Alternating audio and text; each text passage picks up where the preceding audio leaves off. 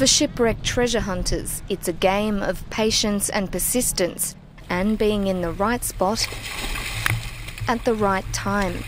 Deep down on the bottom of the Baltic Sea near Sweden, a team of salvage experts may have hit the jackpot. The trouble is, so far, this bounty can't be explained. Peter Lindberg has been in the business for almost 20 years.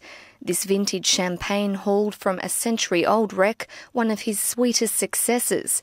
Until, that is, the commercial diver stumbled upon an incredible find. We had been out for 9 days, and we were quite tired, and we were on our way home, but we made a final run with the sonar fish, and suddenly this thing turned up, and my first reaction was to tell the guys that, hey, we have a UFO here on the bottom. Sonar readings show it's about 60 metres across, or the size of a jumbo jet, and it's not on its own down there. The Ocean Explorer team also found another smaller disc-shaped object nearby. Both show a rigid tail or drag marks more than 400 metres long. Their size and distinctive shape are generating some peculiar theories. Could this be the Star Wars Millennium Falcon, a plug to an inner world, or a marine version of Stonehenge? There has been discussions about Russian warships that were around, that they built in the end of the 1800s, but they are smaller, only about 30 meters across, and they weren't in the Baltic as well. Of course, it can be something else from a ship or wreck, but still, it's quite big. Yeah, you have the disturbances from the waves. The head of archaeology at Sweden's Maritime Museums says this type of imaging, called a side-scan sonar, doesn't always reflect what's actually on the sea floor. Varying temperature and wave conditions can result in anomalies on the images. But the intriguing dimensions of this picture are capturing his attention. It's definitely something, at least. I'm not sure that you will see very much when you go down. If it's a more natural geological formation, it might be that it's hard to see.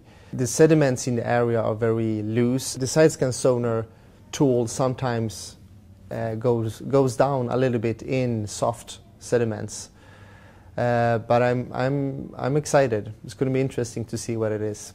Andreas Olsen, who doesn't agree with treasure hunting and selling historical artefacts for profit, says the Baltic offers ideal conditions for preservation, with low salinity and no wood-boring organisms.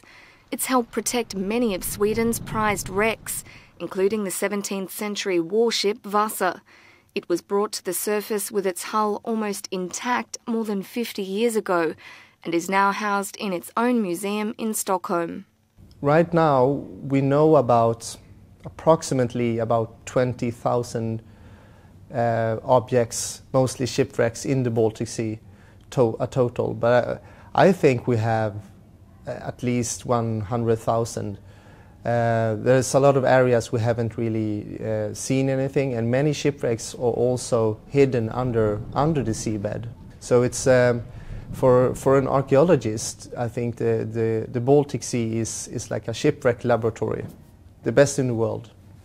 One glittering rival is the North Atlantic, where a top salvage company has struck gold, or silver to be exact, twice. Odyssey Marine recently found 2 wartime shipwrecks off the coast of Ireland. On board could be hundreds of tons of silver. The American team, just like the Swedish crew, are waiting for calmer waters beginning in May to see if their discoveries will be all that they imagined. Peter Lindberg is even preparing a submarine for tourists and private investors for a closer look at what really lies beneath. Brooke Bowman, CNN, London.